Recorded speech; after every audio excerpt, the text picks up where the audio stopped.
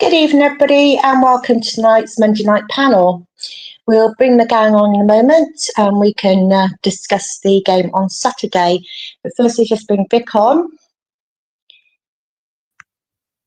Hi, Chris. Good evening. Good evening to you. How are you doing? I'm good. You okay? Yeah, I'm okay. I'm very well, thank you. Yeah, enjoying this lovely autumnal weather, which is rather beautiful. Yes. Yeah. I've seen your pictures today. Absolutely wonderful, but wish that had been the same a couple of weeks ago. But hey. Can't do anything about the weather. Right, so over the weekend, we have the ladies playing on Sunday at Gwalia. I hope that's how you pronounce it. Gwalia. Hope that's how you pronounce it. They won 6-2.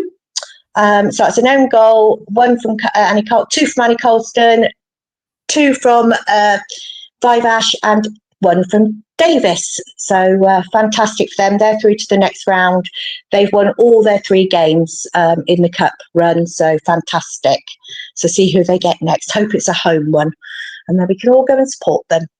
Unfortunately, the Academy had a big loss on Saturday away to Luton. They lost 7-0. So we'll quickly go past that one then. Have you got any news, Vic? Yeah, I was just going to say with the women's team, they've been drawn away against Plimpton, haven't they, in the next round? Oh, have they? Well, not in that competition, the women's FA. Oh, right, in another one. Yeah, in another cup competition. So that's their next game in that one. Down in this part of the world, may I say. I was going to say down in your part of the world. It is, yeah. SAS news for you on Saturday, of course, Newport on the 4th of October 2025. That's sold out on the coaches. But if you're going, they leave the county ground at 9:15. West Swindon at 9:30. It is a 12:30 kickoff, of course, and it's going the other way than the way it normally goes because we're going west, not east, as it were. Accrington on the 18th of October. The first bus is full, but they are taking reservations for the second. They leave West Swindon at 7:30 a.m. The Nigel Eady County Ground at 8 o'clock. £31 for members, £33 for non-members. So if you want to get in touch with SAS, book a space. They are taking reservations for a second bus to go to Accrington. And a lovely ground that is too. It is. It's a very lovely nice. Yeah. It is very nice. Just want to say our condolences to the Osborne family on the death of Simon very suddenly. We did get a 65-minute applause, and I know the family were there, so and they very much appreciated that. So thank you, everybody who joined in for that. Yeah, very much. So it was a really, really good round of applause. So we appreciate it. Thank you. Yeah. Right, should we bring them on? Yes, let's do that. We have Phil. We have Mark. Good evening. We have Mitchell. We have Belinda. And we have Dan. Evening up. There we go. Okay, so I will see you later, and we will come back. Okay. Thank you very much indeed, Chris. And Dan Hunt very proudly with his on the sofa mug. Yes, I did notice it. So well done. They're very on brand, as they say in the modern parlance. Yeah. Excellent. Welcome all. Thank you very much indeed for being part of the Monday night panel. Swindon Town 2, Bromley 0. Ollie Palmer on 7 minutes, Aaron Drinan or Drinan, whichever you prefer, on 31 minutes. The attendance 7,879. 1 assist from the excellent Joe Snowden on 7 minutes. Let's go around and find out your view of that particular performance. Phil, let's start with you. I was very relieved by it because I was worried about Bromley, that they may rough us up and make it extremely difficult for us. I really enjoyed listening to Andy Woodman, their manager's comments after the game. He was furious with his team for the first 45 minutes, which I took as a great tribute to our lads, that they obviously had them really rattled and worried. So I felt it was a good, fair result and a good sign for the future. And especially our friend Taff at the back was a real encouragement that we may have got somebody who'll give us a good, solid defence for the rest of the season. Yeah, absolutely. Tavazzoli looked very impressive on his debut, as he is a very experienced footballer, of course. So well done to him. Mark, I mentioned Snowden there, his assists. I mean, I think he's the one who leads the league in assists this season so far. He looks mighty impressive, doesn't he? He does, yeah. I mean, that was an incredible sort of cross. So yeah, really, really good. He's grown. I think he's one of many of the players that could have been man of the match on Saturday. So yeah, he was great. In terms of his crosses, though, they're lethal, aren't they? I mean, he put a beauty on for Palmer at the near post, who finished as Ollie Palmer should do with that experience. Right on his head, yeah, brilliant. I think the keeper potentially could have done better, but we don't mind that. It went through his legs, didn't it? So it was a good finish. Yeah, the second one, Mitch. I mean, it should never be beaten at the near post, but my goodness me, that was a ripper, wasn't it? I mean, what an effort from Drinan. I think he did the keeper with his eyes. I think he thought he was going to play it across because he did like a look, and you can see the keeper kind of going that way, and then he just smashed it in the corner. Because I was like, just square it. Great finish. So a bit like the big forward Butterworth. I was like, square it. But no, it was a really good finish. Keeper was desperate for us to win. Their keeper felt like he was desperate for us to win, but I think the format. I think Ollie got the team spot on. He just picked. He made some brave changes. The week before he got it wrong, held his hand up, said I got it wrong. This week he went brave. He took out a player who's played pretty much every minute of every game since he signed for us. I got a spot on. The team was exactly what we needed, and they were a bit shocked that we'd gone that big, that physical, but still tried to play the football that we could. So no, great day all the way around. Well, I'll read the team out. It's a 3-4-2-1 formation. Ripley in goal. Knight LaBelle, who got a yellow on 64. Tavazzoli, as we've mentioned. Oldacre came on for him on 80. And then Clark. Snowden is replaced by McGregor on 46. Nichols, Kilkenny and Munro. And then Butterworth, who was replaced by Wilson Brown on 72. Drinan, who was replaced by Achabichaman, whoever you'd like to say it, on 87, and got a yellow on 83. And Palmer, of course, who got his first league goal for the town on Saturday. He was replaced by Billy Bowden on 72. What were your impressions of that, Belinda? I thought we played really well, obviously. But I think that I'll be the first to say that I love Drinan. I loved him all last season. I love him this season. He's having the season of his career at the moment. But even though he was man of the match, which, to be honest, as Mark put, so many people could have been, I do think that for me, it was Munro that showed so much strength. Every single attack that we did, other than the one from Snowden and Palmer, the vast majority of the attacks, especially in the second half, were all coming down that side. And it was Munro teaming up with Drinan quite a lot that was causing so much danger. And I really like to see that. And both him and Snowden, both being quite young players that have come in. I remember seeing them at Walsall at the first game and thinking, oh gosh, this could be rocky.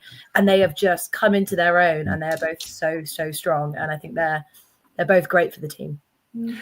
Yeah, Dan, I think in a way the younger players have gone a bit under the radar, haven't they? I mean, obviously the signing of Ollie Palmer made headlines. Drinan, as we said, is on fire and almost unplayable at times. But you look at those young players I was listening to Tom Nichols after the game, and he was saying that, like somebody like Snowden has barely played any men's football, and yet here they are performing at a very good level. Yeah, I think you can congratulate Ian Holloway and the people involved in the summer recruitment, because a lot of those punts, and let's face it, Mabate and Snowden were kind of punts, and they've turned out very well so far. I think Mabate, bit unlucky over the last couple of weeks. He suffered from just how strong the squad is, actually.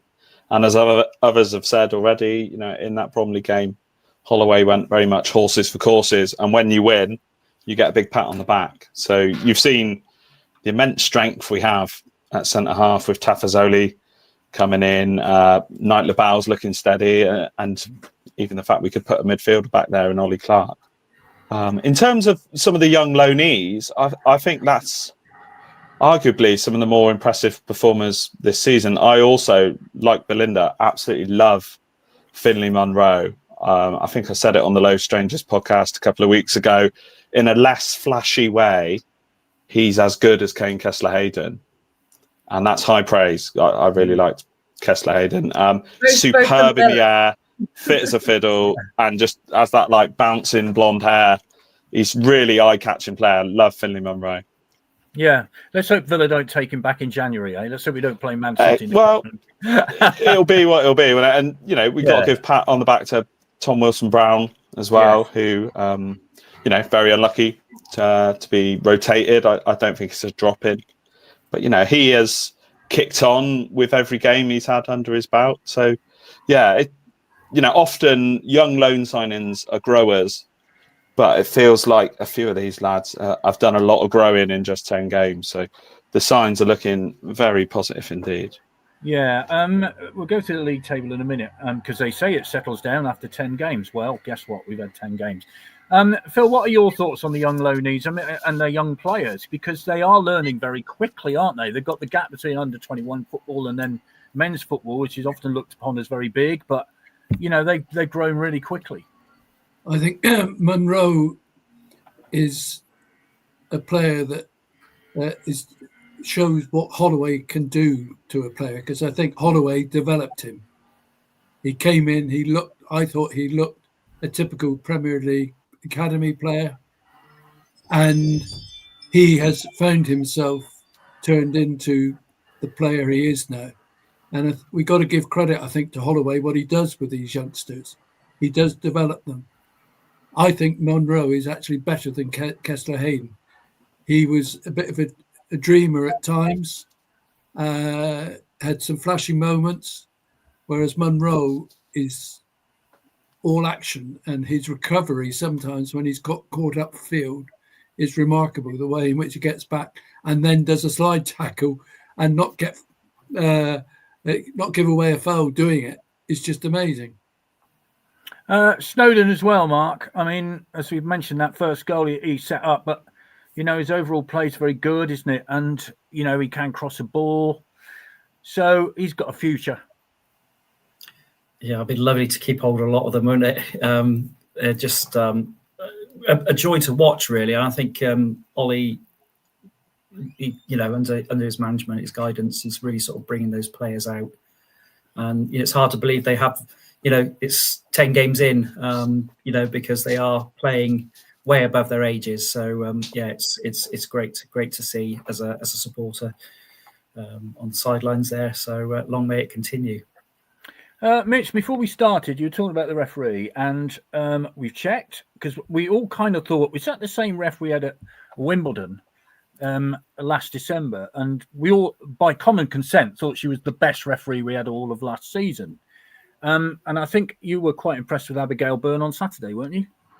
Yeah, I thought she was fantastic. It's probably one of the best ref displays I've seen in a very long time. She got 90% of the decisions right, and the ones that impressed me was the ones that experienced referees fall for. So the stupid dives and the falling overs, those ones that they normally just give because it's easier to give it than to deal with it. She's like, no, get up. There was a spell in about 5 minutes where they were just falling over and looking at her. She's like, get up, carry on playing.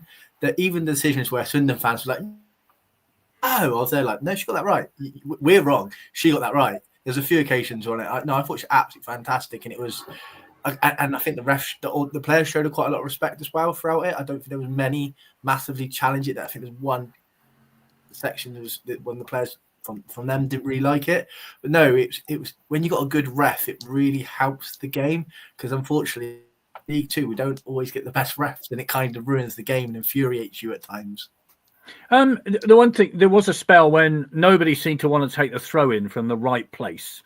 But it was for right about 10 minutes. Right in front of us. For about 10 minutes, each Bromley player wanted to nick about 15 yards, and it went on for a bit. She got a bit of a, the crowd were getting very unsettled about that. What was your view? Because you had obviously a bird's eye view. Literally right in front of it, and it was mainly the same guy. It was just one guy. He kept he'd pick up the ball, creep, and then run. I think it was the fourth occasion where the stadium won that, changed that. The whole stadium went, and she went, right, I've had enough, and pulled it back. But that happens every week, and normally refs don't pull it; they just ignore it and pretend. So that was the moment where I was like, she's good, she's got this. Because let's be honest, most refs let them get away with it, just let it go. And she was like, no, and the fans helped it because the pure rage. Because he probably could have got away with it, but he just started taking the mick of how far he was going. I think he gained like 30 yards at one point. Yeah. He was in the box, and he was basically near the halfway line by the time he took it. Yeah, it's because what normally happens is they sort of tell them to go back to where they were going to take the free, and then they just go up anyway and then take it from where they were. We see that week in, week out, don't we? Well done to Jack. He won second prize in Saturday's halftime draw tickets. Yippee. Well done, Red Squirrel. Happy Mitchell is on. Is he enjoying the start, says Kevin. We're all enjoying the start, aren't we? Come on. It's great, isn't it? It's very good, isn't it? It's Ian Holloway. Yeah, I've wanted Ian Holloway for 20 years. It's just when we finally got him, I was getting texts with all my friends, and it's exactly what I expected. You go to every game, even if we lose, it's going to be a fun game. You're not passing around the back unnecessarily being boring. And he's everything I ever wanted. I absolutely love him. I'd run through a brick wall for him. He says his little pass away silly comments, but that's half the reason I love him. So no, I'm enjoying it. My Saturday joyful again. Even when we lose, I can take it on the chin and smile because he's gambled. It didn't pay off, but he's got enough money in the bank for us to enjoy it. Yeah, it was a long, wet week coming back from Salford, though, I can tell you. Atif says, good choice of manager to come to Swindon Town. October the 25th, I think, is the anniversary, isn't it? Tony says, Bromley played well. Watch them against Gillingham. They're hard to beat, club and defence. Our performance in defence was solid. Good win. Belinda, they started, I know we scored after 7 minutes, but Bromley had a really bright start, didn't they?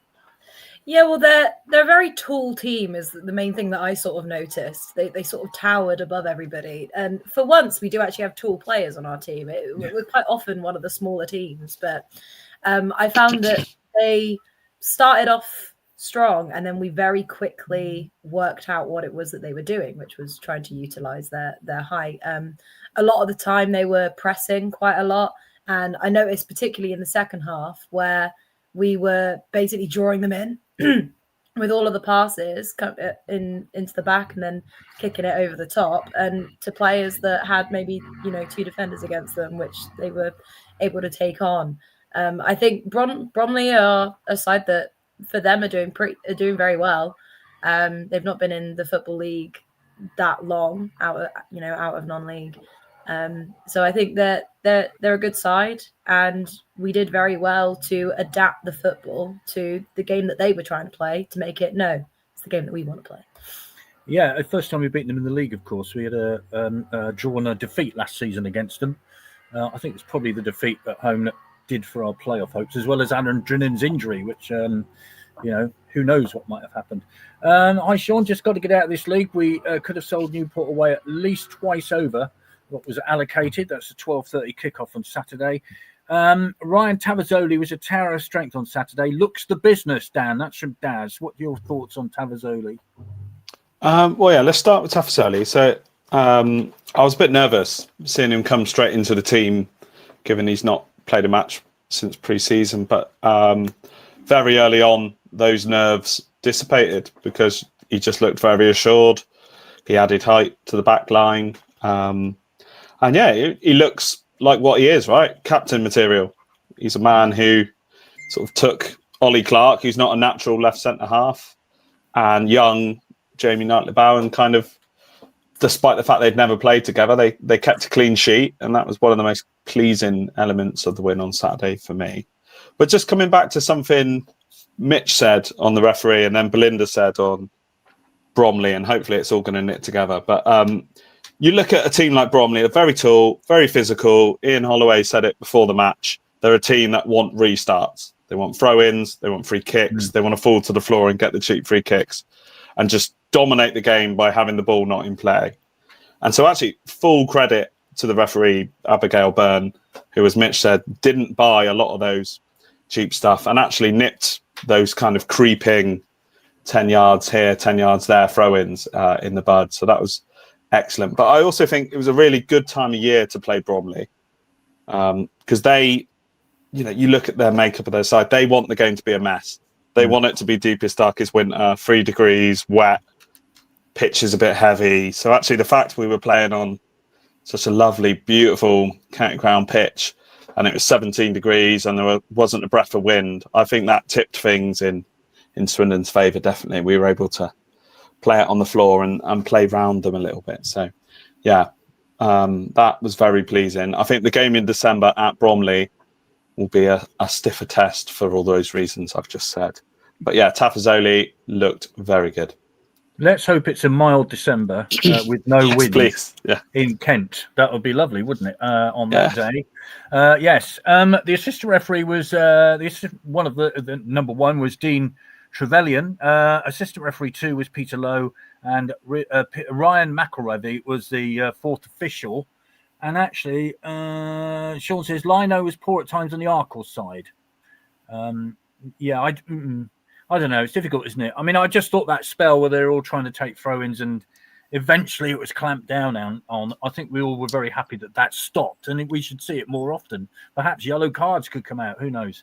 Let's have a look. Mark, people don't rate the cup games with under-21 teams being in it. I think it's making players like Munro, although this says I'm calling a big shot here, but with the squad we have, I think we have a shout for the Football League trophy, Phil. You know that thing? Yeah. Why not? Because we've got the strength and depth, and the teams which will put out slightly weaker teams, when we put out our second choice players, they're not necessarily our weaker players. They just happen not to be in the team at that moment. And I don't care whatever happens. A cup run is always good for team morale, spectator morale. The fact that against Reading, there's 3,500 there. If we get a bit further, more fans will come along to those. And if it gets to the quarterfinals, semi-finals of that, people will be there because they like a cup run. And it just builds the confidence of the team. And players want to be playing twice a week, don't they? They prefer to play rather than have to train. So if we got midweek games, that's great. Yeah, many of us remember that miserable game against Chesterfield, though, don't we, in the final, which was arguably one of the most disappointing afternoons of many disappointing afternoons over the last few years. What's your view of that, Mark? The EFL Trophy, should they ever go? Definitely, yeah. I love a cup run. Who doesn't? It's it would be great to see us get through to the latter stages, and who knows, another trip to Wembley, and this time, we've got to be in with a chance, haven't we? Well, score at Wembley would be lovely, wouldn't it? The new one. That would be quite an experience to see that. I think we could still remember Michael Smith's header, which just went over the bar against Preston, if I remember, just after half-time. So close, but so far. I mean, what about that, though, Mark? The EFL Trophy has taken a lot of stick, and I know, Dan, you sort of didn't go originally because of the under-21 games and stuff, under-21 teams. But what is your view of it, Mark? I mean, my view's always been it's the one competition you got a realistic chance of getting into the latter stages of. Yeah, it's interesting. I mean, people they do sort of run it down. I enjoy the games. I mean, I just love being out of the county ground anyway. So it's regardless of who we're playing, it's nice to be out there. The early stages, there's not much traction, but I think as you go through latter stages, the interest starts to peak, and as I say, people start getting behind it a bit more. But I enjoy it. I enjoy seeing some of the future stars, the under 21s. It's good to sort of test ourselves against them. Yeah, West Ham is next. I don't think tickets gone on sale yet for that, but interesting to see what the crowd is for that. John has got in touch regarding background. So this is a regular occurrence that John from our northern correspondent. Standards are slipping. Some of the backgrounds make it appear that Rob's room is decorated by Lulu Lighty, apparently was Boris Johnson's interior designer at number 10. Who knew? Nice frame shirts at Mitchell's. But didn't he used to have a Rolex clock? Daniels is busy, but I can't really comment on anyone else as I don't want to upset them.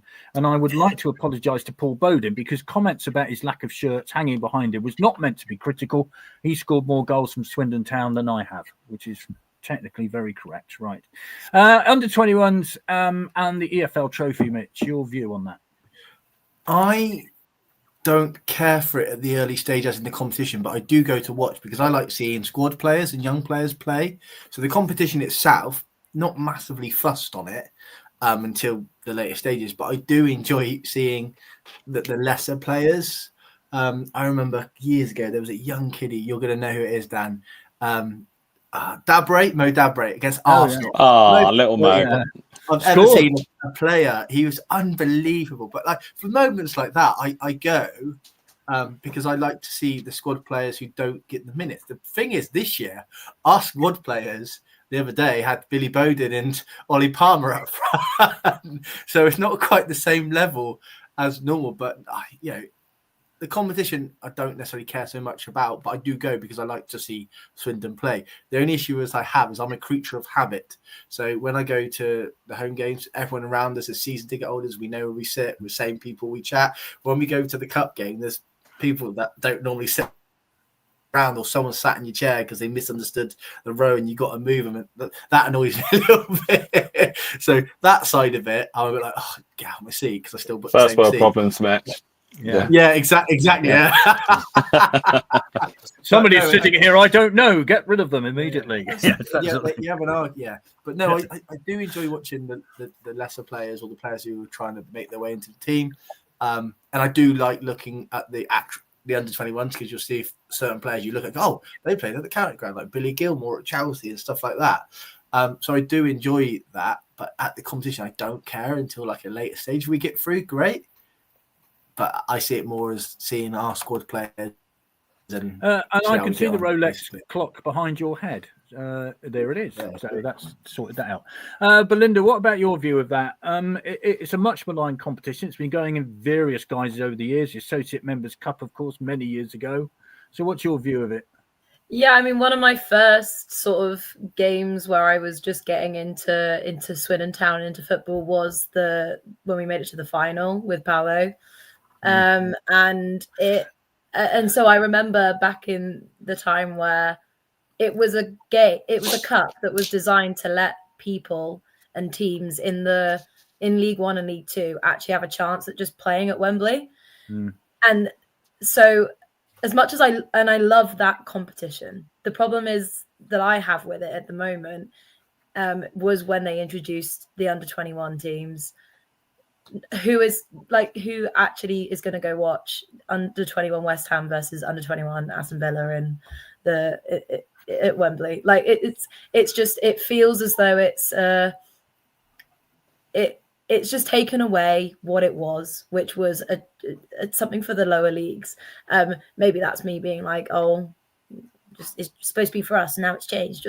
But I just don't like the way that it works. However, of course, you want to still do well. So if we start doing well and we start succeeding, then I'm going to support the team and I'm going to make an effort to show, okay, actually we've got a chance here, and support that journey at that point. But I think more often than not at the start, I just can't get into it because I just disagree with how they changed it, and they didn't really think about what it represented before.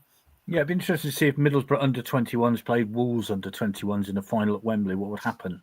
I mean, it's never happened, has it? I don't think an under 21 team's ever got there. But what about you, Dan? I know you were kind of opposed to it, but what is your view now? Well, I think being a parent has changed my views a little bit. I'm massively in favour of the 7 p.m. kickoffs. Yeah, it makes it very accessible to the young'uns, and I've tended to go along, and I pay a tenner and they pay a quid, so it's well priced. And like Mitch, I like watching the fringe players. I like watching some of the youngsters coming through. I think so long as we stick to the principles of playing the second 11, even if we get to area quarters, semis, finals, whatever, just keep using it for what it is, which is essentially a great chance to use the squad and get people fit so they're knocking on the door for the league stuff on Saturdays. Just while others were talking, you're talking about second 11s there. If we just take the Swindon Bromley game, so this is the team you could put out from the players that didn't play against Bromley from the start. So Lewis Ward in goal, a back three of Mabete, Wright and Delaney, McGregor and Kirkman at wing back, Oldacre and Ball, if he's fit, in centre midfield, and then Ihabachaman, Bowden and Glatzel up front. And arguably, I'd have some faith in that 11 winning some league games. So and you missed out a few. And that's the thing. There's others. So this shows you the value of squad depth. It gives the manager the ability to do horses for courses selections like he did against Bromley. It also gives you the ability to properly attack the cup competitions. I've been saying all year, I'm going out on a limb. I think we're doing something special in the FA Cup this year. If we don't do something special in the FA Cup this year, with Ian Holloway's love of being on telly and us having this squad, I'll be surprised. But it's pretty good. Fourth qualifying round draw, I think, took place today. Did it not? Chippenham Chelmsford. We're getting closer to the first round of the FA Cup, which is always a very important date in the football calendar. It would be great to get through to round 3, wouldn't it? Right, let's have a look at more of the comments. Hi, Michael. Been a great start to the season so far. Always had respect for Ian Holloway and what he can bring as a manager. We seem to have belief and getting back and defending okay. Makes a big change from sideways passing from previous seasons.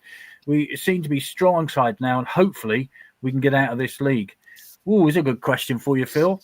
Where is this present squad compared with the Wellens League winning squad? Thoughts on that? I'll leave you to all ponder on that for a minute. Phil is first. What are your thoughts on that? I would say it's marginally better because it's got depth, greater depth. And I think they excite me as much as that team did. And I just think with the depth of the squad, it's building a better foundation. We were dependent on a few key players in that team. And today, I think we've got a good squad. Who sort of is the mainstay of midfield? I mean, you could look at Nichols, who started off as a striker, then he became a sort of playmaker, and now he's almost a hard man, isn't he? I mean, the work rate he gets through is incredible, really. So he's changed dramatically. Well, I remember him playing for Exeter against Liverpool in the FA Cup. Yeah. And he scored a cracker of a goal, and Peterborough splashed £1 million or thereabouts on him on the basis of that. But I never thought he was a forward. And he's gradually worked his way back into midfield. And the commitment he's showing now is phenomenal, I think. And I think that's one of the keys of this particular squad now. They're all fighting. And they don't want to lose. That thing about keeping a hold of the shirt, Mark. I mean, the manager has a tremendous choice, problem here, doesn't he? Keeping everybody happy. I mean, it is a real problem now. He's got to select players for each game, but somebody's going to be disappointed. But having to keep hold of the shirt, that is a big thing now. I think, Ollie, he's a mixologist, and he's got the opportunity to look at the opposition now, choose the team. He's got real selection dilemmas there with, who to choose and who to leave out. When if you look at Will Wright, he played every minute of every game last season, and hasn't been was rested on Saturday. So it was just they want to play, and when you're successful, you want to be there. You want to be on the pitch, don't you? Yeah, you do. How do they compare with the Wellens squad for you?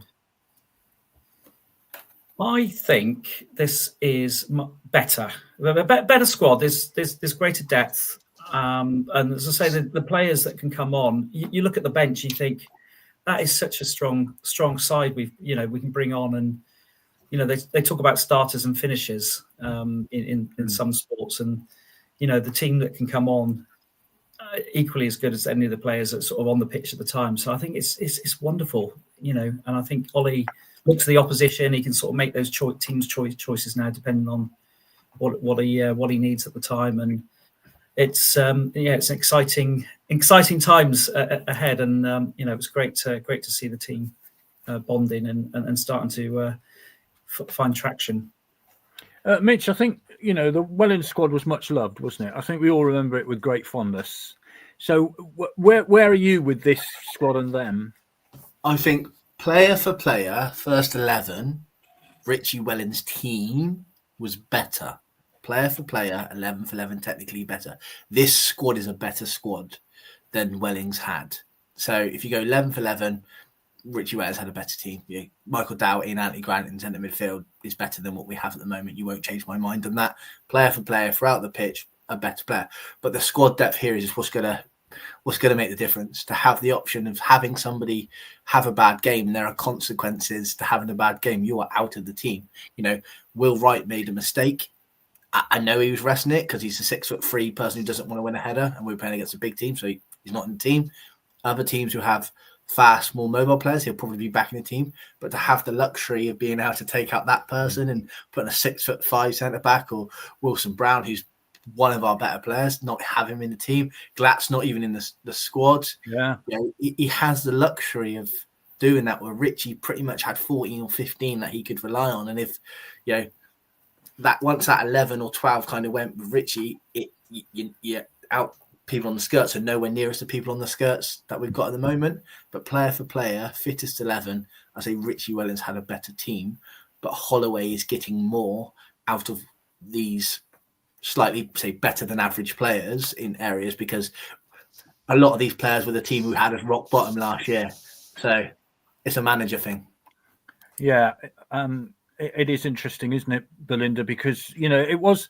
You know, I think we all look back with great fondness at the Richie Wellens side, and we all feel robbed by the COVID season, whereby, you know, we didn't see the last 5 home games because of reasons that we all know about. Things like that could have been a wonderful end of the season. But so they look back with great fondness. But how do you think they compare?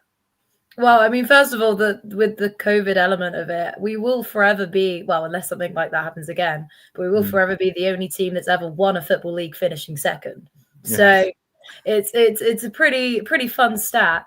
But I do think to kind of echo Mitchell a little bit, I do think that the squad as a whole provides me with a bit more stability and a bit more comfort, particularly going into the January window. If you think about the Wellens season and how, you know, it was Doyle and Young, and losing them was huge, and then we had to, you know, obviously work really hard to get them back. But I think losing them was like oh no, that's a huge loss. Whereas I feel like, and not to say that losing a player would be fine, because it's not. I want to keep everyone, please. But if there is a player that can't play, that is injured or gets recalled in January or contracts and whatever, for whatever reason, players can't play or can't be continued, there is a really good player to back them up. Think about the amount of strikers that we've got at the moment that are all very, very capable. It provides me with much more sort of comfort knowing that if someone can't play, we still have good options, which we didn't have. Well, we did have in the Wellens season, but I don't think quite to the same extent. Kilkenny is the only person that we can't replace, in my opinion, for someone we already have, is Kilkenny. Everyone else you can have a like for like replacement. Kilkenny's the only one where I go. I was thinking about this, and he's the one player who didn't really notice on Saturday because he just did his job, and I kind of like players like that who just do their job and they don't have to be flashy about it, and you don't necessarily notice them. It's like referees, isn't it? Who have a good game, you don't notice them, but Kilkenny's there every week. What about you then, Dan? You know, a title-winning side, as Belinda's already said, with an asterisk and finishing second, ironically, on the last day that we actually played. What are your feelings about that comparison? Wow, this is a very interesting question. It's been good to hear everyone else's thoughts. I think it's obviously the Wellens 11 is a proven promotion-winning side. They did it over, 36 games that year. And there's some players in there, particularly in midfield and at the top end of the pitch, in Anthony Grant, Michael Doughty, Jayasimi, Keshi Anderson, Woolery, Yates, Doyle. Like, that's a fantastic front end of the pitch. And like I say, they got over the line despite the fact the squad wasn't quite as deep. I think with Holloway, as others have already said, so it bears repeating, you know, you've probably got a better, more rounded squad. But what I think are some of the more interesting comparisons are actually about Richie Wellens and Ian Holloway, the two managers. And I think the fact that they both got a bit of a long run up, so they got essentially half a season each. Wellens in 18-19, sort of, took over a bit of a mess from Phil Brown, steadied the ship, had a look at the squad, and then brought in his own players in the summer. Very similar with Ian Holloway, perhaps more stretched in the sense that we actually dropped to the base of the Football League. So Ian Holloway's job was more about survival, then consolidation. But what you've seen with both managers is that ability to have the continuity from one season into the other, keep the members of the squad that they want to keep, and then add experience to it. You think of those summer signings for Wellens, people like Zeki Friars and Baudry, Grant, like that added so much spine to that side. Young Stephen Bender in goal was also fantastic. The other interesting comparison, of course, is Wellens did what he did under Lee Power, a very unpopular owner. Ian Holloway has done so much heavy lifting for Clem Morfuni, who was another under fire owner of Swindon Town last season. And also Wellens and Holloway, where they're also fantastic, is they seem to do much of the heavy lifting in terms of sort of fan liaison and stoking up the crowd. And we're thankfully seeing crowds on the rise again so far this season, back up to the sort of high sevens. But if I had to pin my hat on one team to win the match, I still think the best Wellens 11 beats the best Holloway 11. But it'd be a cracking game. I'd pay to watch it. So would I. And we mustn't forget Paul Caddis, of course, who came in, was a great influence as well for that side of the latter stages too. So, yeah, it'd be really good. But the other thing, I suppose, early days on this, like 10 games in. Yeah. Let's say we're not going to carry on getting 2.1 goals a game. No. And we're not going to carry on getting 2.1 points a game, curiously. But yeah, it will be about how they can last the whole race. And when you've got a good squad, that helps. If anybody's got a computer and they can do that game for us, that would be fabulous, wouldn't it? Can you just do whatever it is you do with whatever it is you do? Let's have a look at the League Two table then. 10 games. The league settles down after 10 games. We've all been told that. Walsall at top, played 10, goal difference of 7, points 22. Then comes Swindon, who were briefly top, I think at half-time. Played 10, goal difference of 8, 21 points. And third place, Gillingham. And Gareth Ainsworth, by the way, we wish well because he's gone into hospital for a heart procedure. So we wish him well and a quick return to the sidelines. Gillingham played 10, goal difference of 8, points 21. And then in the playoffs, Salford dropped to 4th, played 10, goal difference 4, 19 points. Grimsby, who beat Cheltenham 7-1 on Saturday. In 5th place, 10 played, 8 goal difference, 18 points. Chesterfield in 6th with 10 games played, 5 goal difference, 18 points. And then Bristol Rovers in 7th would play 10, goal difference of 1, 17 points. Ronan Darcy scored for Chesterfield in a 4-1 win over Newport on Saturday. And we go to Newport this coming weekend. We'll talk about it in a little while. But Aaron Drinan, Phil, now we've touched upon it earlier, but we really ought to give him some credit because that goal on Saturday, if you look at it, they showed footage from face on and the pace he's running at and the way he smashed it into the court. I mean, he's almost unplayable at times, isn't he, at the minute? Where I was sat, I could see him striding away from us, this pace in which he was doing and the determination, because he could have easily got diverted right out to the right, but he kept his line. And as earlier it was mentioned, it looked as though he fooled the keeper by where he looked and then put it somewhere different. And, consistency is so crucial. Owen Doyle, he was consistent, wasn't he? He wasn't always the best, but he would always get there. I always remember the goal at Plymouth Argyle on New Year's Day.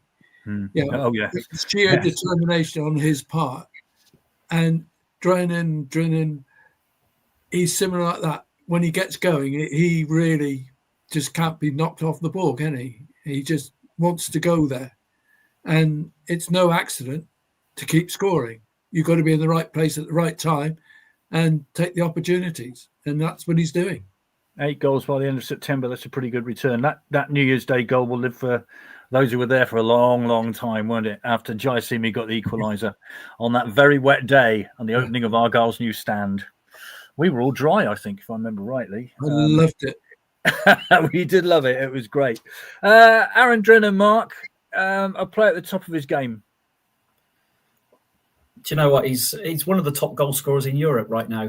I think Harry Kane's he's scored 10. He's the only player who's got scored more in Europe. So he's on fire, isn't he?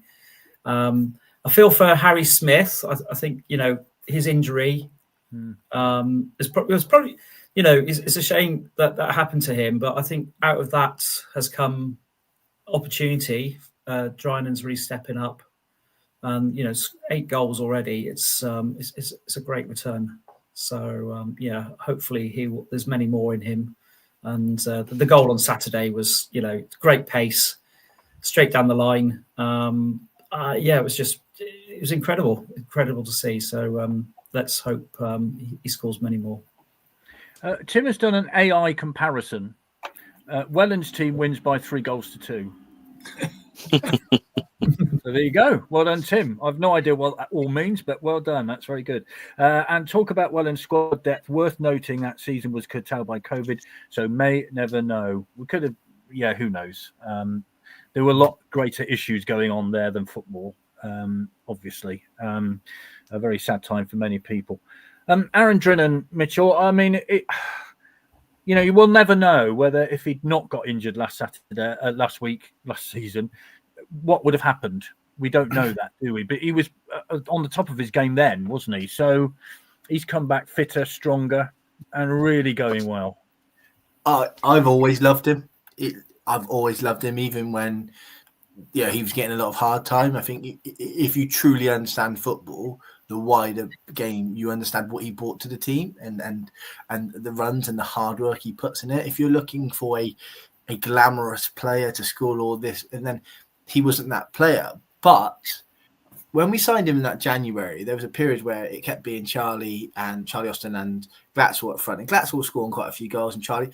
But there was a little stage where he did have 2 or 3 starts and he scored 2 or 3 goals. I think he scored 4 goals in the period, but you could see something about him. So when it was him and Glatzel the next season, I was quite excited. I was like, there'll be something there. And it didn't really work out for them because the Smith was the main person and they kind of had to adapt to his game. But he still put in a shift for the club. And I remember the game where he came on and everyone, I think there was a bit of a booing or when the sub was made and he came on within the first touch or 2, he scored. And that moment was a turning point for him at Swindon because at that moment, he just went on it and he worked hard and he was starting to feel good. You could see it again.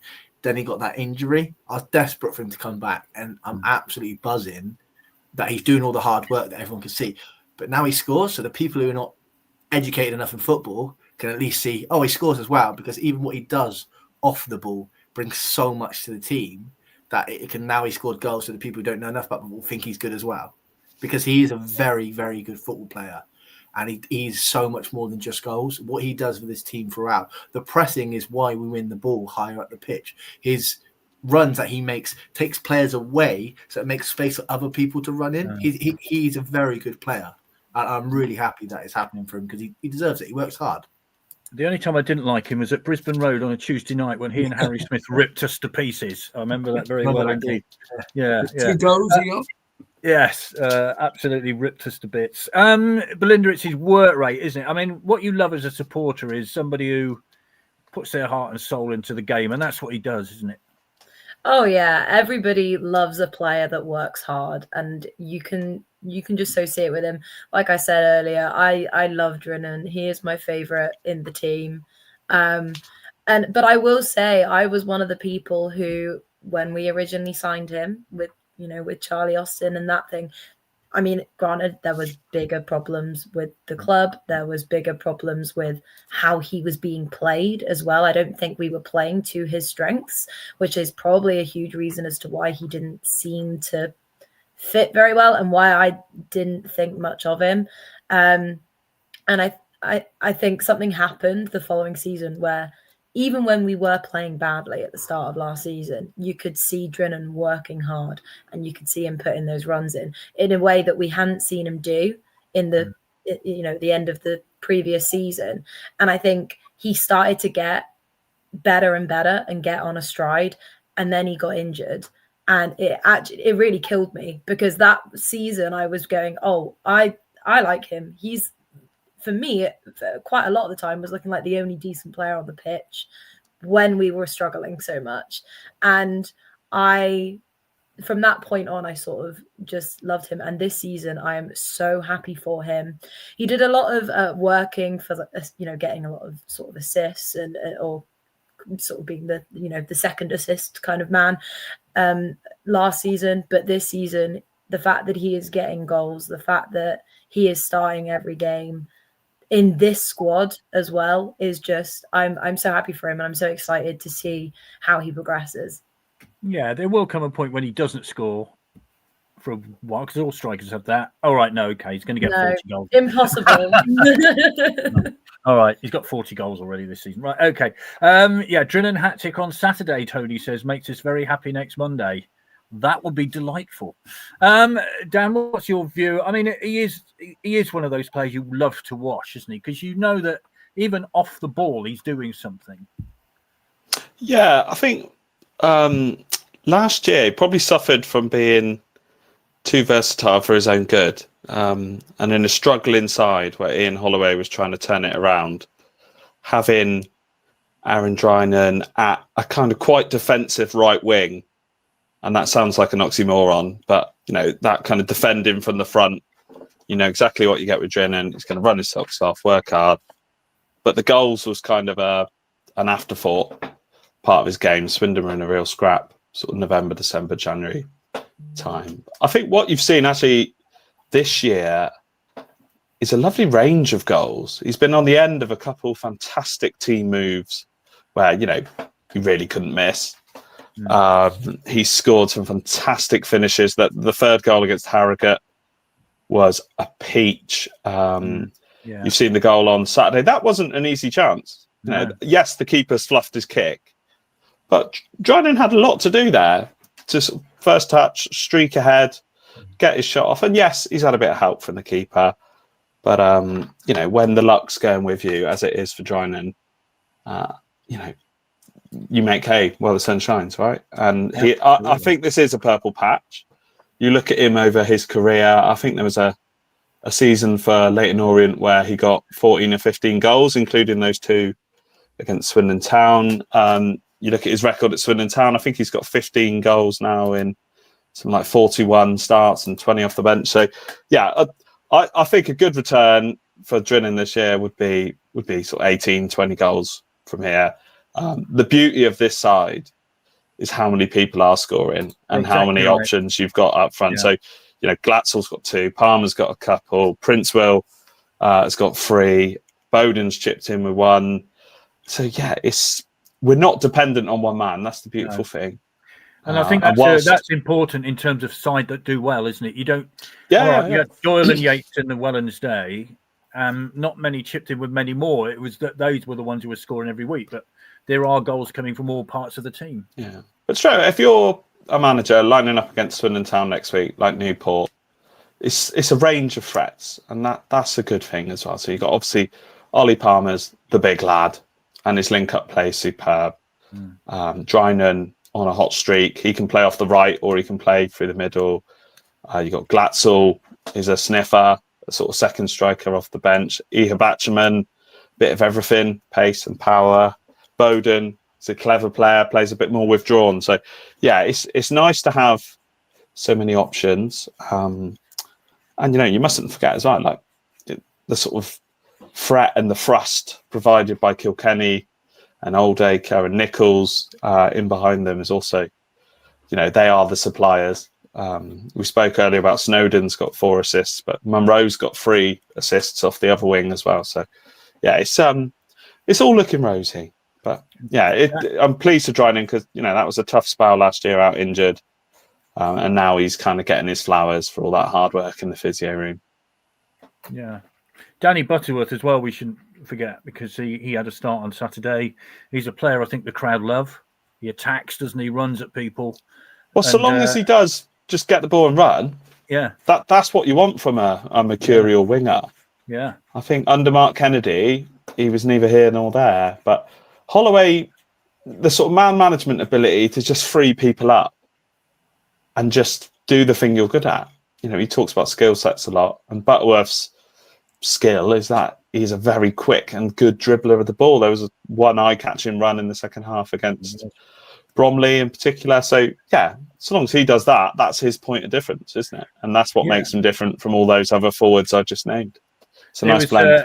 That you mentioned, it was Jason just said, don't forget Butterworth. We're talking about it now, but that run, you see, he got to the goal and it was kind of like, right, I'll just run 60 yards. I've kind of had enough, really. But he had obviously was so close to getting a winner at Salford the week before as well. And that was gut-wrenching, wasn't it? Yeah, absolutely. Right. This is from about Drinan, I think. Mark Kennedy didn't play him to his strength. Ollie's changed the way he plays. Also, has Ollie got him coming back to defend? Dad says, met Ollie on Saturday in hospitality. It was a privilege and honour to meet him. Had a brief chat. He really does wear his heart on his sleeve. Top man all round. Butterworth, no-nonsense player who heads for goal. Long may it continue, says Adrian. Right. Saturday, Newport, 22nd in the league. 5 points from 10 games played, minus 10 goal difference. The bottom two, Shrewsbury in 23rd, 5 points from 10 games, minus 13. Cheltenham in 24th, 4 points, minus 20 goal difference, played 10. I see Steve Cottrell is being linked with the manager's job there once again. Newport away on Saturday, Phil. It's always one of those games, isn't it? We played really well there last year, 1-2-1, if I remember rightly. Joe Wesley got the winner. Yeah. What are your thoughts on that? I've just looked at the weather forecast for Saturday. Around game time, rain, 20 mile an hour easterly winds. I'm desperately trying to think which way their pitch lies. I think it's north-south, isn't it, their pitch? It heads towards the bridge, so whatever that is, yeah. So, across the pitch, the wind is likely to be. Yeah, great. Right into our faces. Love it. Yeah, brilliant. We've got to go expecting to get 3 points there. It's the sort of game that we've got to put to bed. I suspect Holloway will make some changes again, but we really need to do them over, then go to Accrington ready for a tough game up there and ready to come back to the county ground against Notts County. The Newport game, I think, if you don't win that, all the good work of the last couple of weeks is gone. So we've got to go there. They're struggling as a team. Their manager could well be on his way out before the game, I gather from my Newport contacts. They're in disarray, I think, at the moment. So we've got to go for it. They lost 4-1 on Saturday at Chesterfield. Michael Spellman with a goal in 80 minutes. What are your thoughts, Mark? Obviously, it is one that is traditionally well supported. I think we're sold out anyway with our allocation. So there'd be a tremendous backing. There's always a good crowd there, isn't it, in Newport? But it's always a tough one, Newport. We went there last year needing to keep that run going. But they're going to be fighting for their points. Even at this stage of the season, they're going to be hoping to. I just hope we get off to a good start and can continue that run, and long may it continue. We don't know about the pitch, Mitchell. I mean, it has its moments, doesn't it? That Newport pitch, but it's a game on paper. The football's not played on paper, but you should come away with at least a point. But 3 points is what you're after there. I'm trying to find the pessimistic in me, because every time something in paper, notoriously being a Swindon fan, on paper it normally goes the opposite way. We'll play a team who hasn't scored a goal in 50 years. They score 4 past us. That's the Swindon way, isn't it? So on paper we win this game, but for the first time in a long time, my friend asks me every week, how do you reckon we'll do today? As long as I can remember, I have no idea. We could win 4-0, get beat 4-0, but this year I've said I think we'll win, and I feel comfortable. This one, I think it's going to be ugly. I think it's going to be really ugly. I think we're going to go out 2-0 lead, their score, and it'll be backs against the wall and we'll win 2-1, but it'll be a very ugly 2-1 like we've done a few times this season, where it's the last 10, 15 minutes we stop playing and it's just backs against the wall type of thing. But we will get the 2-1 win. Excellent. Newport, says Adrian, the only team to lose against an under-21 team. Surely it's an away win, Belinda. Well, I hope so. I'm going there.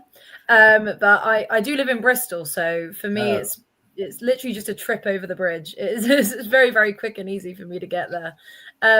I must say, when you were reading off all the teams that are at the bottom, it's really not going very well in the West. We're definitely having to pull a lot of the slack here and carrying the West on our shoulders at the moment. But I always like going to Newport away. It's typically been a very close place to go, easy to get to. For once, it's on when there isn't a rugby game on. Oh my gosh, always feels there's always rugby whenever it's on, but amazingly not this time. And I'm hoping for a good time. The rain doesn't sound fun though. I'm quite disappointed about that. So cheers, Phil, for finding that. Sorry. As we know, though, weather forecasts can change minute by minute. So let's hope it does. And it's bright sunshine in Newport. I'm not saying this is anything about Saturday. I know what you say, but know what we can be like against the bottom sides. The Newport game is a yardstick for the promotion challenge, says Nick. It is, I suppose, in a way, Dan, isn't it? I mean, you know, traditionally we don't do well against the bottom sides, and if you are going to go up, these are the teams you have to put away. Yeah, well, I was very confident until I heard about the easterly 20-mile-an-hour winds, and no, I'm joking. As you just said, these are the type of games, and you know we shouldn't cast aspersions at Newport. They are a struggling side, but these are the type of games, a bit like Harrogate at home, that if you can mop these wins up, it does a lot to carry you towards promotion at the end of the season, and that is very much the aim. I would be very, very surprised if Michael Flynn's not their manager within the next month. I was having a look earlier. I think they appointed. Yeah, well, let's hope it's not Saturday, because that would add a new variable to make it a very tricky game. But yeah, let's hope we can put the death nail in. And yeah, roared on by over 1,000 Swindon fans. Like I say, Holloway probably will make changes. I expect Town to score 2 or 3. So long as we can keep Newport to 1, I'm a happy man. And I think there'll be lots of happy fans travelling back down the M4. And the M5. Some of us are going up that way. Yeah. Going to Newport and win 5-0, says Toley. I'll take that. Not a problem at all. A defeat to Newport could be the start of a bad run, said Ian, given the next couple of games. You disappear for a moment, Belinda. John says, have you left for Newport already? But bearing in mind, it's a little bit early. Just had a couple technical glitches. Oh, yeah, we all have those. We got Newport this Saturday, then it's Notts County, isn't it? And then it's Accrington. So, you know, a tricky run of 3 games, but we'll see how we are this time next week. Thank you all very much indeed for joining us this Monday evening. It's nice to actually talk about a side at the bottom of the top of the table, isn't it? And apparently the pitch runs east-west direction from the River Usk. Of course, that's next to it as well. So the wind coming off the River Usk will be a bit chilly too. So take a coat, I think, is the advice. We'll get all of Usk.